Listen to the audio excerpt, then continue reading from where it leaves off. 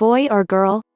There is a preconception that having sex at a certain time or eating certain foods or having sex in a particular position might increase your chances of conceiving a boy or a girl.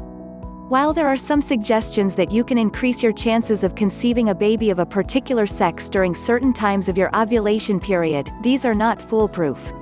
When you consider that a male will ejaculate millions of sperm upon orgasm, trying to aim at one specific type of these is going to be a hit-and-miss operation. Basically, men produce two types of sperm, an X and a Y. The slower, larger X sperm will become female, while the faster, smaller Y sperm will be male. This is where timing when you have sex becomes important. Keep in mind there is no guaranteed way to determine the sex of your baby, but you can work on ways to favor your odds for or against one or the other. Trying for a girl. If you're trying for a girl, you will need to try and have sex 7 days before ovulation and then every day until around 3 or more days prior to ovulation. Then try to avoid sex for a few days until you're sure ovulation is over. This is because the smaller, faster Y sperm will reach the uterus and die before the egg is even released.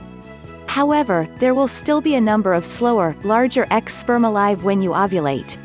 Another theory is to work on shallower penetration. This has to do with the pH levels within the vagina. An acidic environment will kill the weaker Y sperm first, leaving a far greater quantity of X sperm remaining to fertilize the egg. Besides, with deeper penetration, the sperm is deposited much closer to the egg, which can mean the faster Y sperm may reach their destination before the X sperm can. You may also decrease the acidity levels within the vagina if you reach orgasm during sex. If you're trying for a girl, it may be best not to reach orgasm, as your body will release a substance that could make the vagina more alkaline instead of acidic. Trying for a boy.